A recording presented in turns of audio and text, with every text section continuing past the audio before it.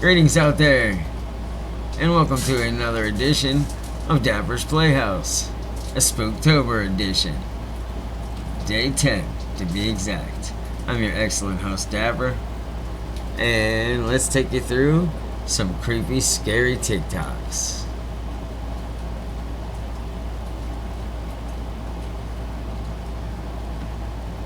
This is a good Halloween story that I heard from my cousin. This had happened to her friend. So I guess when her friend was younger, she went to a haunted house with her two friends up in Chicago. And this haunted house was either in the forest preserve or next to it, but it was in the woods. And you would have to walk this trail, and these actors would jump out and scare you. So her and her friends, they get dropped off at this haunted house, and they go and get their tickets, and then get in line. And this area is kind of roped off to where the line is, so you have to go through this whole big line. And as you're going through it, some of these scare actors there come and they mess with you and try and scare you. Well, as she's sitting in line, she notices this one actor that's standing off to the side.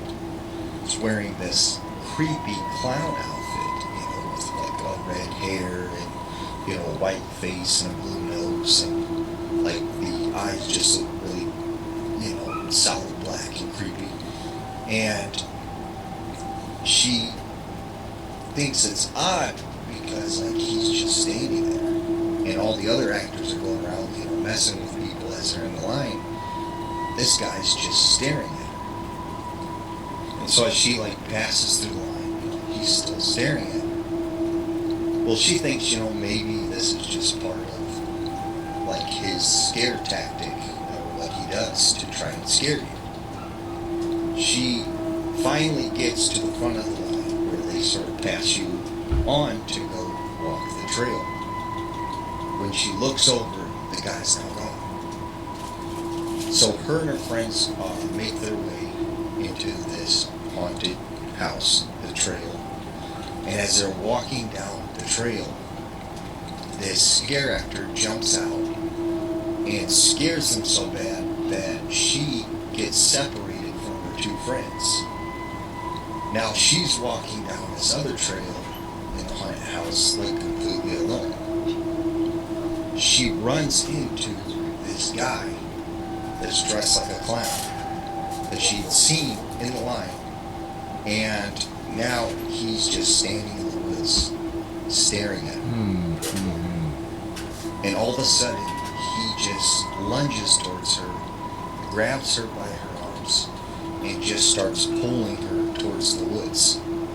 And she's screaming, fighting, trying to get away from him. Finally, she manages to slip away from his grip, and she's hysterical and freaking out. She ends up running back into her friends and tells them what happened.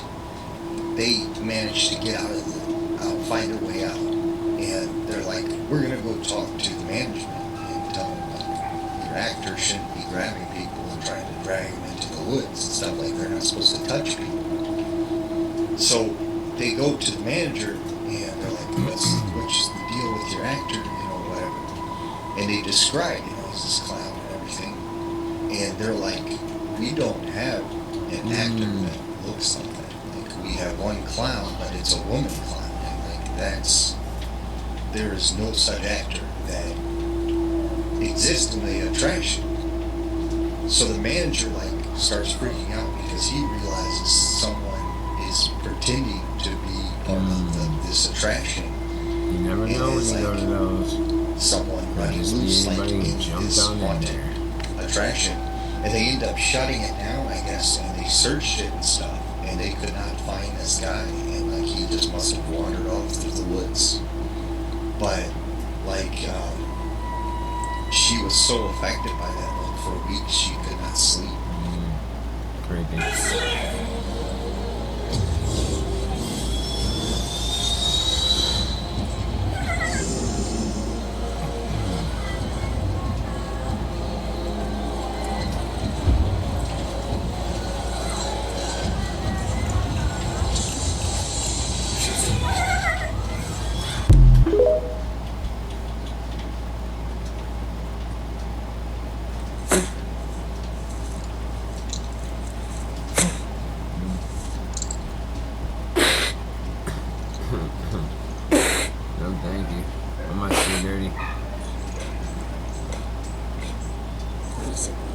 cositas.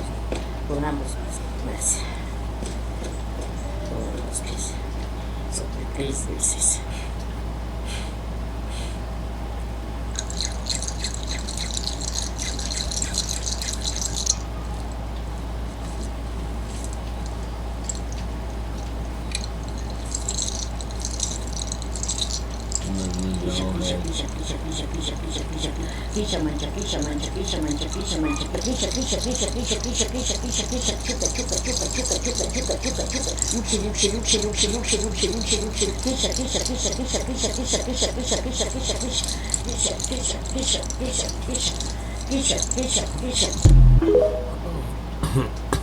Okay. All right.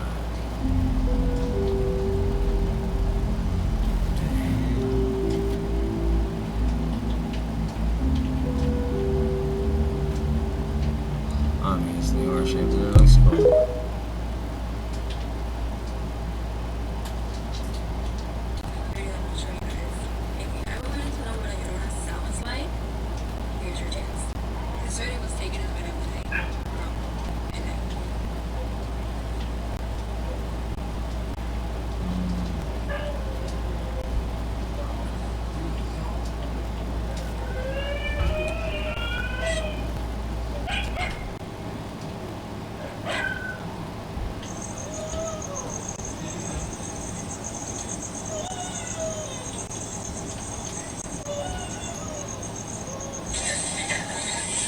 So some people are saying that the audio has been used before, but that is exactly what she sounds like. It's going to sound similar than other audios we've heard because she sounds like that. I know because I've heard her. My mom told her. My grandmother has heard her. This is not a legend. This is real life. I'm going to stitch the original creators. I'm going to have her tag below. But if you ever doubted the existence of La Llorona or of any other urban legends in that same category, I highly suggest you rethink that. I believe. People are terrified of this roller coaster. Back row this time. Now prepare to enjoy the power and speed The of the trains are mythical huge Griffin. and hold up to 30 people.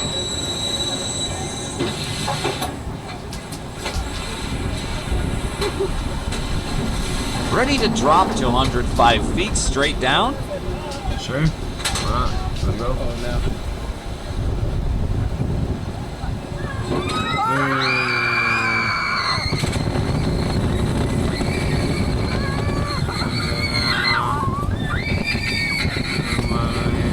Top speed 71 miles per hour.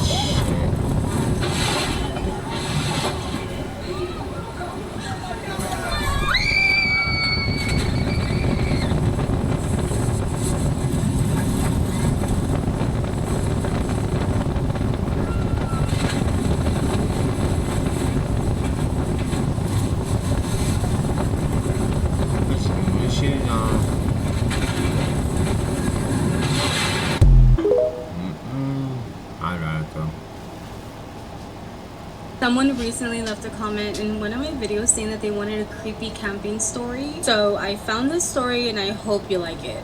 This girl said that when she was around 12, she had a group of friends and they would always do sleepovers. They would all take turns, so like whenever it was another time for a sleepover, it would be a certain person's house and they would keep going down the list. So a new girl came to school and she joined her group of friends. However, she could never host sleepovers because her mom was like disabled and in the middle of the night she would scream and it was scary for them. They did tell her that they can just skip over her and she can continue going to everybody else's sleepovers, but Samantha really wanted to host a sleepover. So Samantha thought, what if I hosted our sleepover at my aunt's and uncle's house? But instead of being indoors, we can have like a camp out and we could stay outside. Obviously they all agreed because it sounded like so much fun. So Samantha's aunt and uncle lived out in the middle of nowhere, so they did have to ask for their parents' permission, and thankfully they agreed to let them go go camp out. So the day comes and all the girls are at Samantha's house getting ready, getting flashlights and tents, and that's when Samantha's older brother came into the house. The girl that's telling the story didn't know that Samantha even had an older brother, but she could tell that all the other girls had a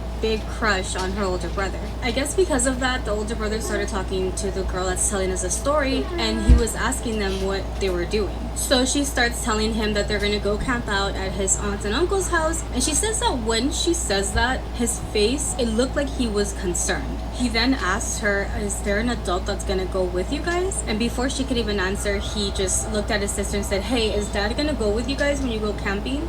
But Samantha came and grabbed the girl's hand and pushed her away from him and said, leave my friends alone, without even answering him, and he left the room. So as they were going outside to get in the car to go, she sees that her brother is out there too, and when he sees them, he gets closer to all the girls and says, hey, when you guys go spend the night at my aunts and uncles, please be very careful and do not leave that house at nighttime. And one of the girls is like, what do you mean? We're going out there to camp out. We're gonna stay the night outside. That was the whole point of us going. And then he said something to them very strange. He told them, you guys should not stay outside because out there on our aunts and uncles' land is the devil. And all the girls were like, what the hell? But the girls telling us the story was like, the devil? So you're telling me that the devil lives at your aunts and uncles' land? And they all started laughing and making fun of him. She says that she didn't mean to say that and for them to start laughing at him, but he was like, okay, well, whatever, just please take care of yourselves, but I've warned you. She says that on their way to the girls' aunts and uncles' house, she wanted to ask the girls what they thought about his warning, but before she could ask, they all started talking about how cute he was and all the crushes they had on him. But she mentions that when she gets to the aunts and uncles' home, she started feeling weird. Like, even when she got there, the wind was eerie, like something felt negative there. So at this point, they had been inside the aunts and uncles' home, and they had the chimney going, and the living room looked comfortable, and all of the girls were like, well, what if we stay in here? Like, it's so cold outside, why are we gonna stay out there when we can stay in here by the chimney? But Samantha was like, no, we worked so hard to get the tents and the flashlights and the fire, so we're gonna camp out outside, and they couldn't convince her otherwise. So she says that they go out there, they set up the tents, the fire, and it wasn't that bad even though the wind was still going crazy. They had a good time for the first few hours, and around 9 p.m. the aunt comes out and gives them hot chocolate, and then a little while later they end up going to bed. So the following is what she remembers from that night. She says that she was asleep and she got woken up very quietly by one of her friends. She says that when she finally opens her eyes, her friend is telling her that she needs to be quiet, gets close to her and whispers in her ear, you need to get up just in case we have to make a run for it. She had no idea what the hell was going on, but when she looked around the tent, she can see one of the other friends crying hysterically but covering her mouth, and Samantha was at the zipper of the tent looking outside. She remembers Samantha telling her and the girls that they need to calm down and soon it was gonna leave. She said because she didn't understand what the hell was going on, she walked towards Samantha to look out of that tent, and she says that her friends tried to stop her but they couldn't. She wanted to see what the hell they were looking at. She says that when she got close to Samantha who was looking out, Samantha started pointing to like a very dark corner near her aunt's and uncle's home, but that when she looked she didn't see anything, and she tells her, there's nothing there, what are you looking at? And Samantha's like, look again. And she looks again and sees a very dark figure, almost as tall as the house, in that very darkened spot. She said that it looked like it was almost trying to see inside the house, and at one moment she actually saw horns like a deer. When she saw that, she was like, oh, it's an animal, because she was trying to like be realistic, like what if it's an animal, you know, it's not the devil. However, in that moment she saw where this thing was like almost smelling the air, and when it was smelling the air, it just turned its head to where they were in the tent. In a split second, this thing just jumped onto a tree, and they could tell that it was jumping from tree to tree by the sounds of the ruffling of the leaves. In that moment, they all decided to run to the door and start banging it so that the aunt and uncle can come out. She says that she was so scared, she was looking behind her, making sure nothing was coming out. However, it was weird how fast the aunt and uncle opened that door, almost like they were waiting for them to come inside. She explains that even their spare bedroom was ready for them to go in there and fall asleep. She says that everything was so strange that she remembers it almost like if maybe it was a dream, but the four girls couldn't have had the same dream at the same time. She said that they managed to fall asleep in that bedroom, and out of nowhere, like an hour or two later, they all woke up at the same time and they all heard the same sounds, like if something huge was jumping from tree to tree. She said that after that they didn't hear anything again, but even that was scary because either this thing is staying still so that we don't hear it, or what if it's peeking into the windows of the house like they had seen it do. She said luckily their parents came for them very early in the morning, and after a year Samantha actually moved away. She says that sometimes she tries to justify it maybe being an animal, but there's no way an animal was as tall as the house. She doesn't know what to make of it and now regrets not taking that brother's warning of not staying outside of that house. Anyway, what do you guys think? This story was from Relatos de la Noche. I'm gonna add a screenshot here and the timestamp where you guys can listen to it in Spanish. There is a lot more information in Spanish that I had to take out because this story is a little bit long. Tell me. Spooky though. Me stronger.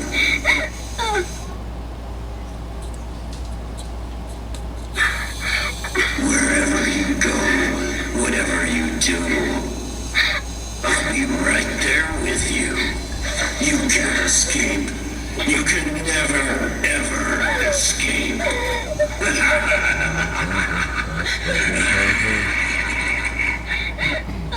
I'll take two.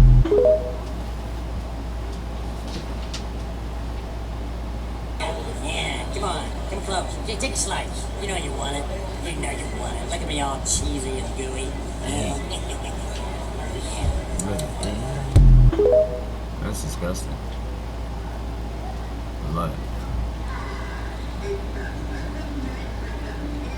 Oh, that's nice.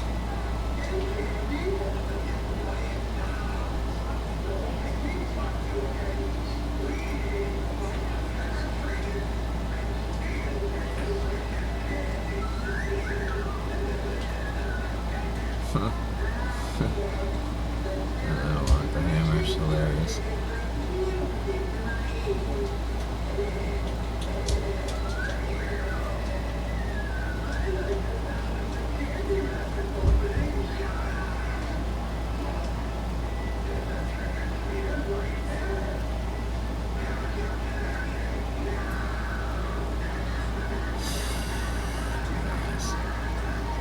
I think it's some nightmares.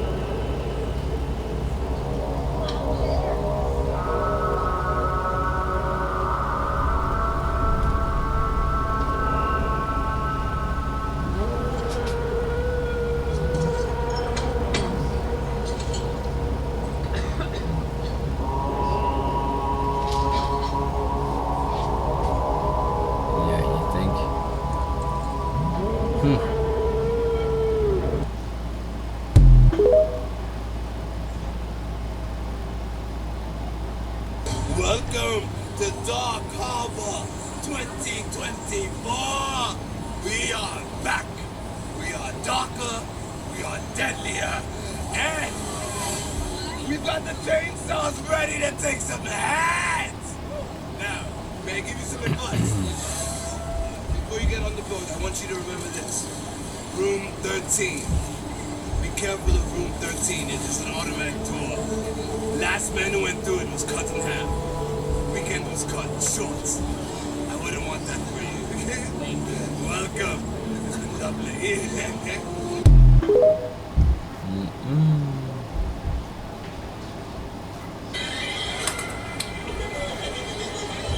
I got her. So we got there. See?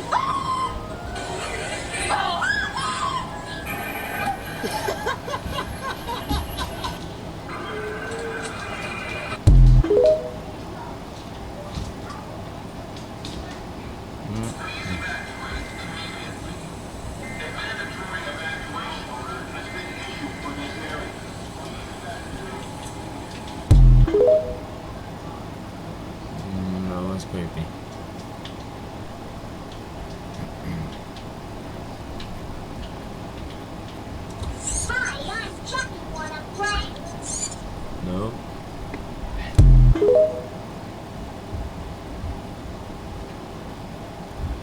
I've just been driving home in the rain thinking about a ghost story that I was told recently, and this one is absolutely true, folks, so here goes. It involves a couple of workmen, actually, that were doing a job at a church up in Parbold in Lancashire.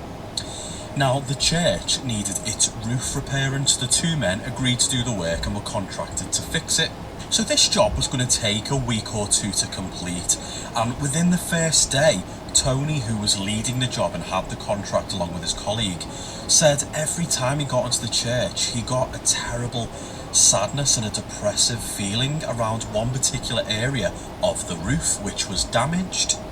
Now, on the third day of the job, it was around 4:30, and it was dark outside already, and an older lady carrying a tea tray came in. Now, the men said she was dressed Victorian, really. She had the old bun on her head, an old style dress with a shawl, and had a lovely silver tea set, and she offered the men a refreshment. Never one to decline, Tony said, absolutely yes, I'll have a cup of tea, and I'll have one of your biscuits, and she left them on the side for them. He poured out the tea from an old-fashioned silverware, and said it was stone cold and had a peculiar taste to it. Equally, the biscuits were completely stale, and not fit for human consumption. So the two men kind of laughed it off and thought this poor old dear was just a little bit cuckoo. Now here's where things get a little bit weird. The following morning, the vicar asked the two men how they were getting on, were they finding the job okay, etc. And they said, yeah, not too bad. Tony didn't really speak much of this depressive feeling he had because he thought it was something inside himself. But strangely it seemed to lift as soon as he got home. They noticed the silverware tea set has gone, so they presume the older lady has got it. The vicar comes in to check on them, and they express their thanks to him. Even though the refreshments were terrible, they still wanted to say thank you to this old lady, and he exchanged a rather puzzled look back. I don't presently have any helpers here at the church, he said, not since Madeline passed away, and they looked at the floor and looked rather upset by this. Naturally, the two men were adamant they had seen someone, so described her to the vicar, and he looked absolutely shocked back. You're describing Madeline, he said, but she passed away 6 months ago. Tony replied, well, it was absolutely a living person. We had a full conversation with her. She brought in a tea tray, and we sipped both the tea and ate a biscuit. The vicar then began to open up to the two workmen, telling them how Madeline had lost her mind in her older age and actually hung herself from the wooden beams in the particular place the two men were fixing. I never like going near there, he told them. I get this awful feeling of sadness and depression. Suddenly everything made sense to Tony, but they were still convinced this was a living person. So the vicar took them out into the churchyard and said, I'll show you the final resting place of Madeline. There's a photograph on her headstone. You guessed it. The two men got to her graveside, and a ceramic portrait was on the top of her black granite headstone. And sure enough, that was the woman they had seen in the church that brought the refreshments. Now the cold tea and stale biscuit seems all the more sinister, doesn't it? What a crazy tale. Spooky. Well, what do you know, just like that, we've come to the end of another Playhouse session. Time flies when you're having fun. All I can say is, I hope it was everything you hoped. We'll be back tomorrow to try it all over again. Another day in Spooktober. So do me a favor, if you can't be good, be bad. And remember, you're never too old to play.